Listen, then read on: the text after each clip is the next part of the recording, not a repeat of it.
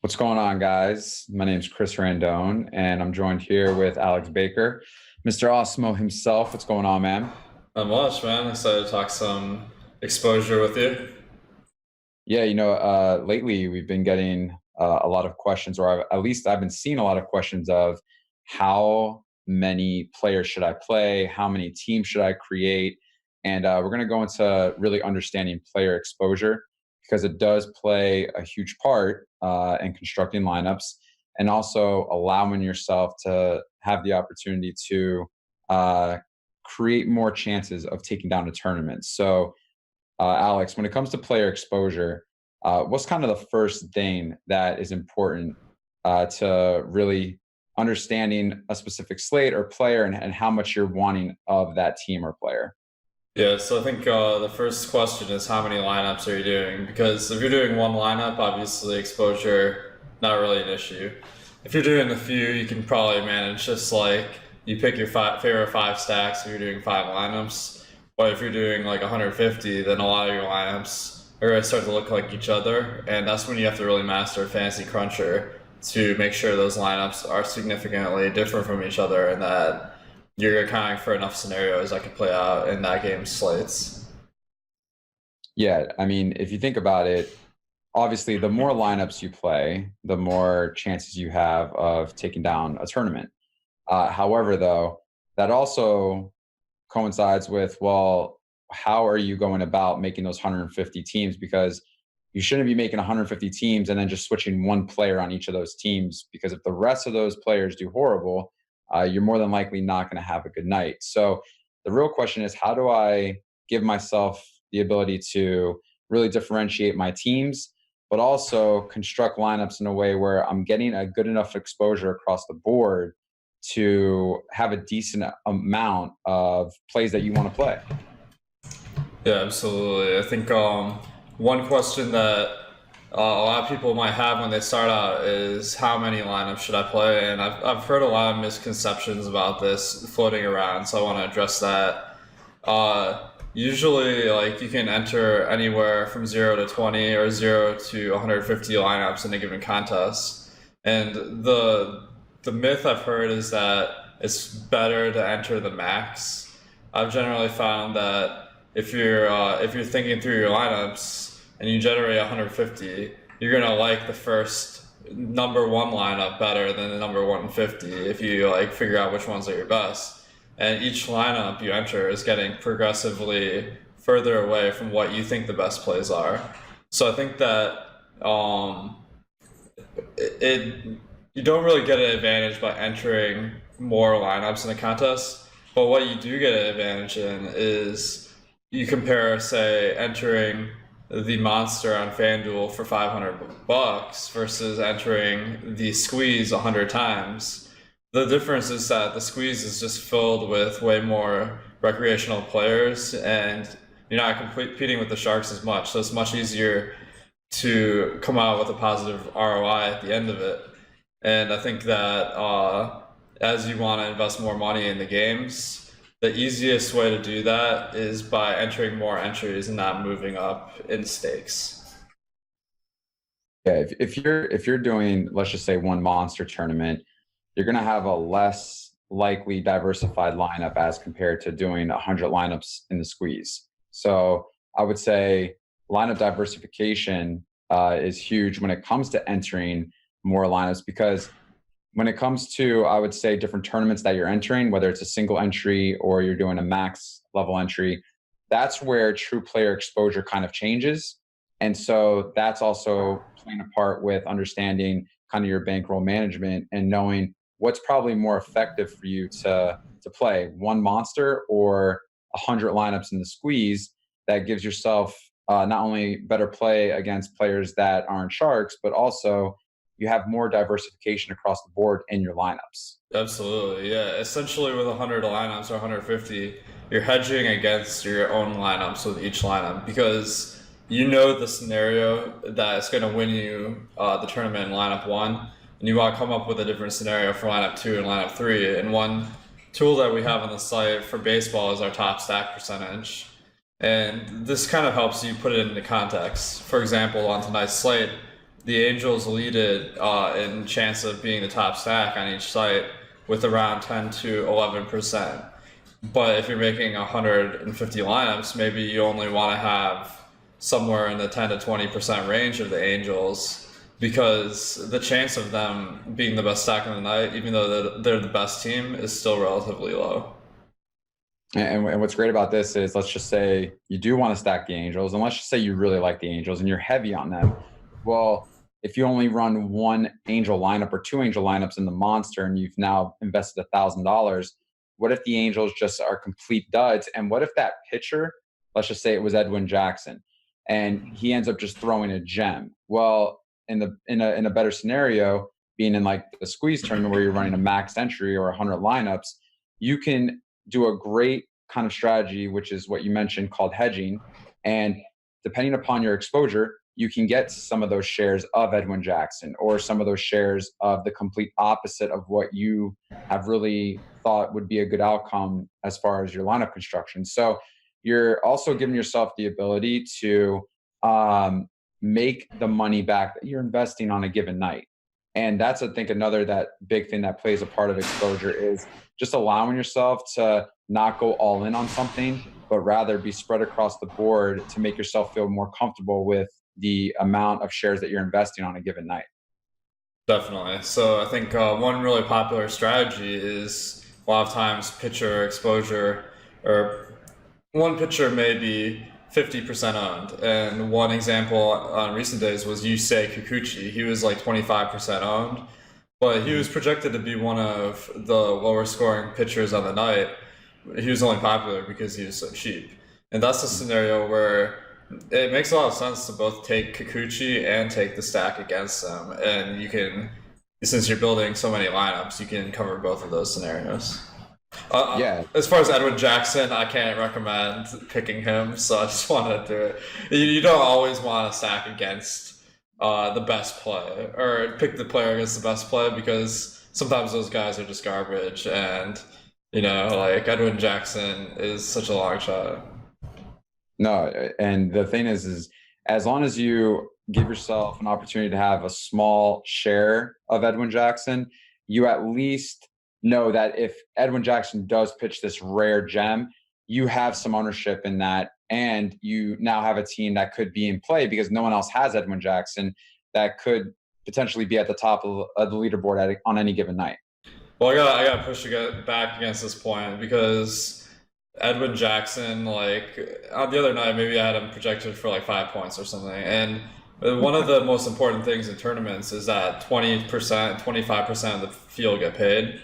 And a lot of your equity is going to come from cashing in the tournament in addition to winning it.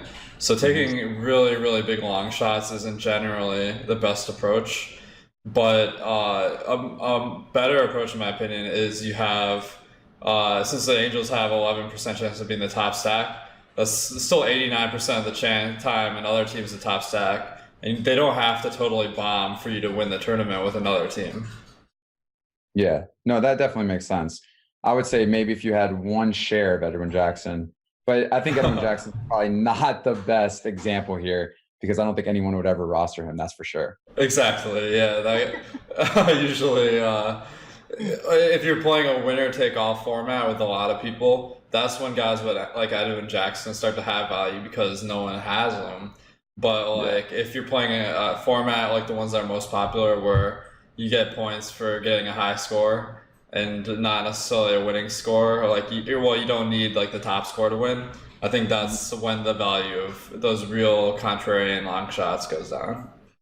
Yeah, I think another thing to point out here is typically when you see like a lineup like the Angels, and they're a stack that's projected to be high owned, or projected to be the best stack on a given slate, a lot of people tend to kind of go across the top of the lineup and kind of ignore those bottom guys.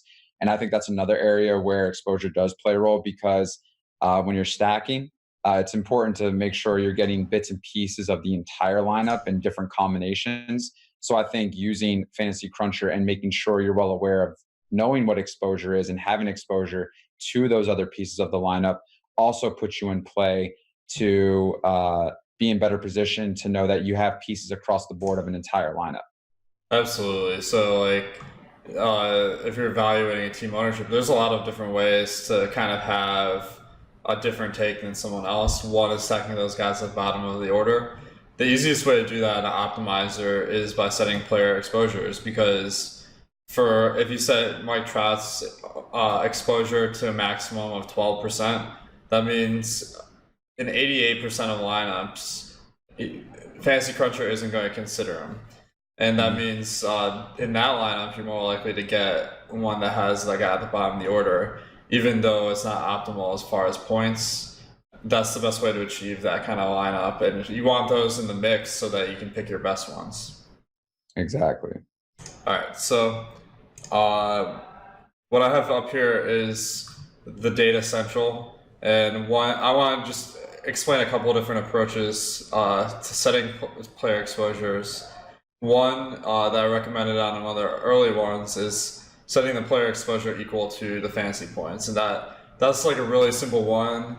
The reason I recommended that in that particular video is because of how easy it is to implement. So all you have to do, go to our projections. For some reason my internet isn't cooperating completely, but so you copy the projections. I think I already did that. Let me see. Okay. Copy projections, paste it in here. Delete these additional columns and copy the projection and just move it over to exposure. And you don't have to use Excel or anything like that. I want to explain two other approaches that I recommend. One is you come up with a exposure based on this value, and that will make sure the higher value guys, you have more in your lineups than the other guys. And the final approach is you could set the exposure equal to what our ownership projection is, and that will really randomize your lineups and give you a mix that resembles what you're going to see in the tournament. So then you can kind of pick, well, this lineup's a possible one that'll be in the tournament, and then you can kind of select which ones are your favorite of those. Yeah, I like personally, I know that when I talked to you before about exposure and what's kind of the right percentage to have across the board if you're entering max lineups and wanting to make sure you have bits and pieces of everything, I do like the approach of focusing on the given value of a player and focusing on the exposure based on the given value, so that way you are getting the right amount of exposure or enough exposure for the higher valued guys. Yeah, definitely. Like it depends a lot on the sport. So higher value guys are obviously more valuable in your DFS lineups, but maximizing your projection, which is what you're going to get with higher value guys, is not as important in some sports as others. Like baseball, obviously, so random. You can play way more guys in DFS, but if you take a sport like football, that's kind of medium, or maybe like not every team has value. And then basketball is on the other extreme, where you have the highest value guys. Maybe you want 100% of them just because they're that good. Do you have a certain strategy exposure approach based on the given slate size? Yes. So I think you want to have higher exposure caps the smaller the slate is. And there's a couple of different ways to do that. One is you have your set formula for determining what you want exposure to be based on the ownership, the projection, and the value. And then you multiply it by a constant based on the slate size. So maybe you take the output of that formula and you multiply it by 1 for a 15-game slate, but you multiply it by 1.25 for a 10-game slate like tonight. Mm-hmm.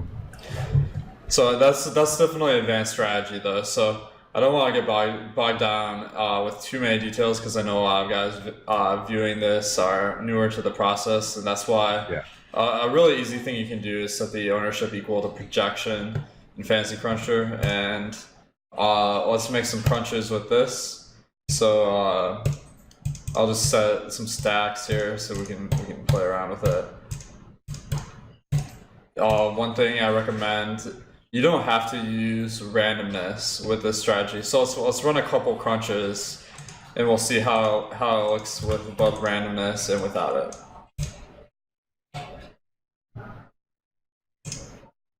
So I guess this one tip I have. I'm using Chrome right now. It actually runs faster in Firefox. So I use both browsers though for different stuff, but I neglected to load up the right browser here, so it's going a little slow. But let's turn up some randomness. With the normal distribution, we talked about this last time. You can go a little bit higher with randomness than FantasyCruncher Classic.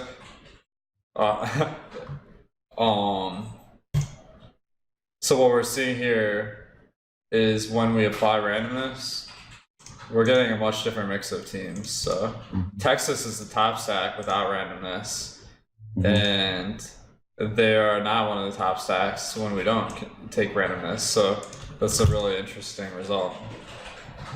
So what do you think? How do you usually mix like the exposure percentages and randomness when you're making the lineups? As far as when I'm looking at a team and then seeing the difference. Yeah.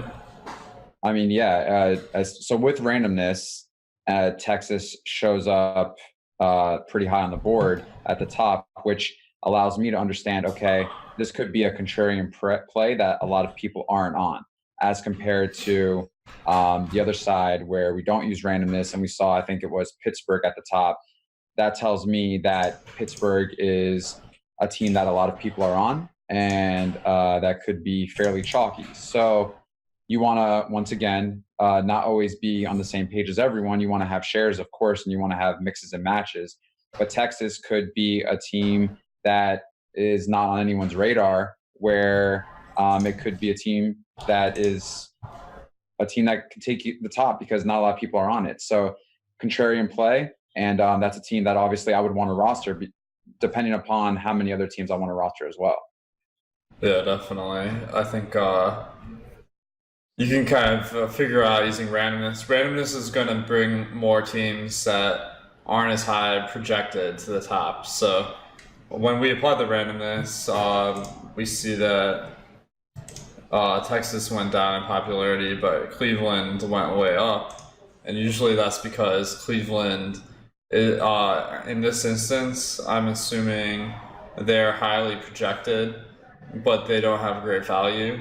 And those are teams that you probably want to have in tournaments, and we can just verify this by going to the top stacks tool.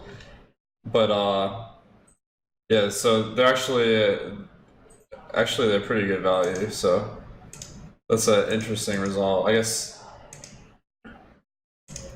Texas is just such a good value on this slate that, well, that's not even completely accurate. So I take this back. One thing I noticed is that some of these players I haven't set ownership caps for because they're not in my projections right now. So to really do this experiment, I need to eliminate these guys. Something I like to do, just based off my beginning approach to the day, is I do like to not touch anything and just run Cruncher to see exactly what teams and players are populating up the most, because that kind of signifies kind of where not only the value is at, but where a lot of others are potentially looking at as well. And then it's nice to put in randomness, put in the different exposure, because then you're really diversifying yourself, as we talked about earlier. And diversification when having exposure is pretty key to allowing yourself to not have the same lineups over and over again. And you want to separate yourself in tournaments. That's important. And that's why, doing this with FantasyCruncher allows you to kind of see different lineups across the board and doing it in so many different ways. And then you can kind of, based on your internal instincts, choose which lineups you feel are the best, which I love the most. All right, let's go through your process. So you said that you run a crunch without exposure or randomness, right? Yeah, right. Okay. And is that with stacking, I take it? Yeah, correct. Okay. So what we're seeing, Pittsburgh is by far the highest projected or the optimal stack they're showing up in about 70% of crunches. Do you use uniques at all when you do this? Just curious. No uniques. Okay. So we're seeing Cleveland and Pittsburgh, if you take out all of the randomness and exposure, are really the only two teams that FantasyCruncher is getting at a high rate. Mm-hmm. And so I look at this, and then I like to go to your stacking tool, where it shows the value and the projected ownership of a given stack on the slate. And I like to see where those teams rank. So clearly, as you can see here, Cleveland and Pittsburgh are atop against any other team, which once again will tell us that, okay, if this is the case, there also is going to be ownership here with these two stacks. So definitely want to have pieces of these stacks because of the value and because of the potential of them being the highest valued stack of the night. But also then it allows you to understand, okay, you know where kind of everyone's at, where people are looking at. Now it's time to put in the randomness, the uniques, and really see exactly what else is out there and how can you use these two teams accordingly with differentiating yourself and giving yourself that diversification with randomness. Absolutely. So I think when you have a really high projected lineup like Cleveland or Pittsburgh tonight, a lot of people are entering multiple lineups, and like almost everyone who's entering a lineup will have like one Cleveland, one Pittsburgh lineup at least, and that's how they get such high ownership. So now that we've seen this, we gotta put in our exposure, and the method that I recommended, I'm just gonna put that in, and then randomness. And how many? Let's try to generate a good amount of lineups here, and then we can go. I like to do a good amount. Yeah, how many lineups do you usually enter these days? So, so I'll do 300 when I do the initial thing before I start anything with randomness or exposure, and then afterwards I like to do 500 or 1,000. I mean, I like to play with it a lot. So the more lineups I can generate, the more kind of random type of lineups I'll see, which I like, because I want to see what's pulling out in those deeper lineups that FantasyCruncher can pull out for me. Yeah, just I think that's a really good idea. It is going to mess with your exposures if you generate a lot of lineups and then you eliminate some. So what I might do, tonight's a 10-game slate, so I'm going to set the uniques pretty high to 4. And that'll make sure that all the lineups that you end up selecting are going to be significantly different from each other. Yeah. All right, so we're seeing a lot of Corbin, a lot of Scherzer. Actually, those guys are on the same team, so there's something not right about this. It's because there's a doubleheader today, and they're both in FantasyCruncher. So make sure that you're double checking that before you run your crunches, of course. You'll definitely be the only one with a bunch of exposure to Corbin. Yeah, that might not turn out as well as it sounds on paper. All right, so let's sort of let this crunch run, and then we can kind of narrow down the lineups a little bit. Okay. So we have Cleveland and Pittsburgh as the top lineups as far as optimizing points. And we're getting them at a reasonable rate, 10% and 7% as our main stack. So which isn't bad, because you still want to have exposure to them. It's not like you want to stay away from them completely. It's something where, okay, you know kind of the value of the stacks tonight, and having those in lineups is definitely important, but also you want to see what else is out there to mix in with those, because once again, you're diversifying yourself, which is key. Absolutely. So you want to have exposure to those top projected teams for sure. And one of the things that we discussed on our previous video is you can use FantasyCruncher to sort by projection, sort by ownership. And I think that if we sort by ownership from highest to lowest and eliminate the highest owned ones, we're going to be narrowing down our exposure to Cleveland and to Pittsburgh. And we're going to be left with lineups that have both like the high projected plays on those teams and also some contrarian ones mixed in. What would you say is a good approach for someone who does maybe the single entry or like the 3 max, would this still be an approach that they would do because maybe they're not yet ready to do a lot of lineups, or is there a different way to probably handle that type of approach? So for single entry or 3 max, the big difference is how much thought you can put into your lineup. So, I mean, you can come up with a lineup that objectively meets all your criteria and not spend a ton of time on it. So a lineup that's high projected, that has good contrarian plays. And one way you could do that is with FantasyCruncher generating a lot of lineups and then just browsing through them and figuring out which one checks all the boxes for you.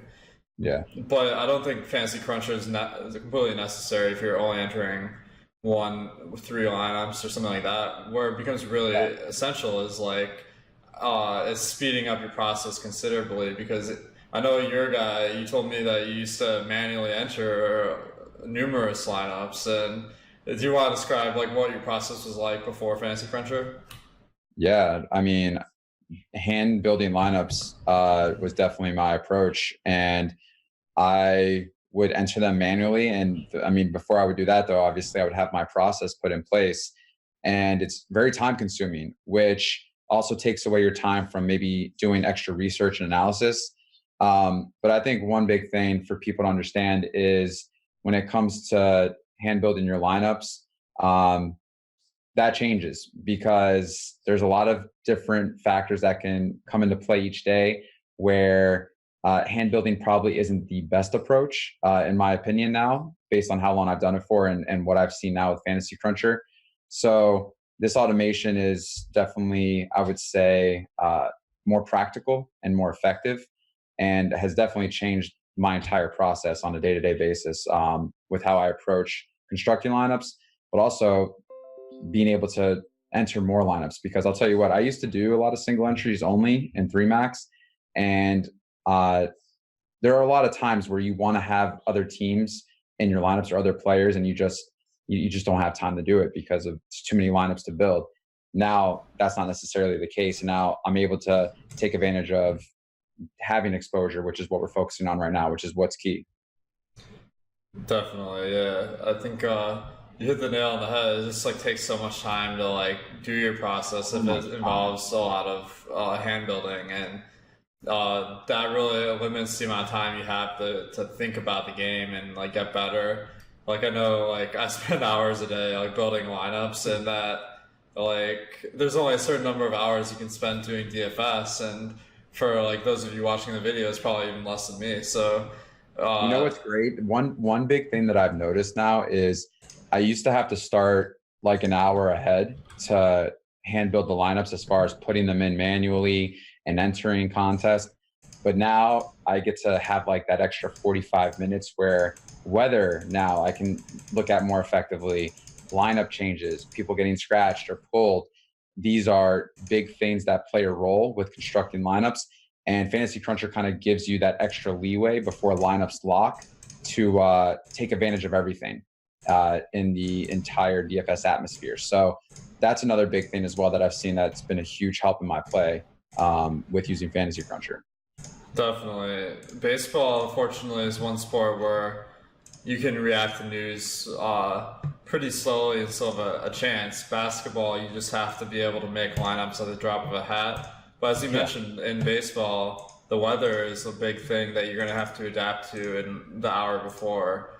And last night we saw that with Washington, D.C. The weather models all showed a high chance of rain, but then there was nothing on the radar. So we didn't really know until an hour before the game that it's going to be very dangerous. And of course that game ended up getting postponed. And if you had someone in your lineup from that game, you probably would have lost all your money. Exactly. All right, so what I'm doing here, I'm selecting all the highest owned lineups. We're seeing a lot of Cleveland, a lot of Pittsburgh, and this is just a way you could do this in FantasyCruncher without going to Excel. If you do implement Excel, you can speed up your process here considerably. Right. But for most people starting off, it's a little bit too advanced. So what I'm doing is just selecting the top 100-ish own lineups, so the top 20%. And then you can just delete those. It looks like I selected 86, so I'm gonna select 14 more.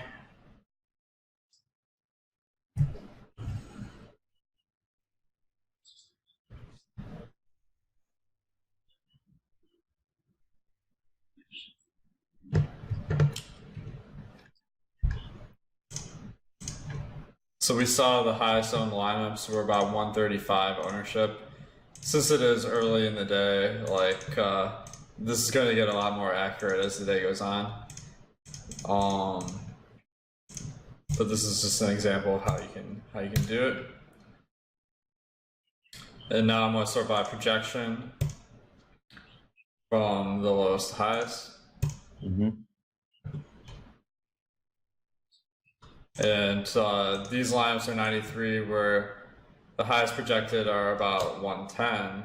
So like that doesn't get to that 10-point threshold where we're really aiming for that we talked about in our previous video. Yeah, I mean, this 20 point, it's almost 20 points is a significant difference, which is probably a lineup that you don't want to roster and you kind of just want to delete and continue to narrow it down to be closer in that vicinity of that 10-point threshold. Definitely. And we're seeing the projections are going up pretty fast here because there are some outliers in our mix here. So we're really aiming for lineups that have at least a projection of 100 here to meet that 10 points.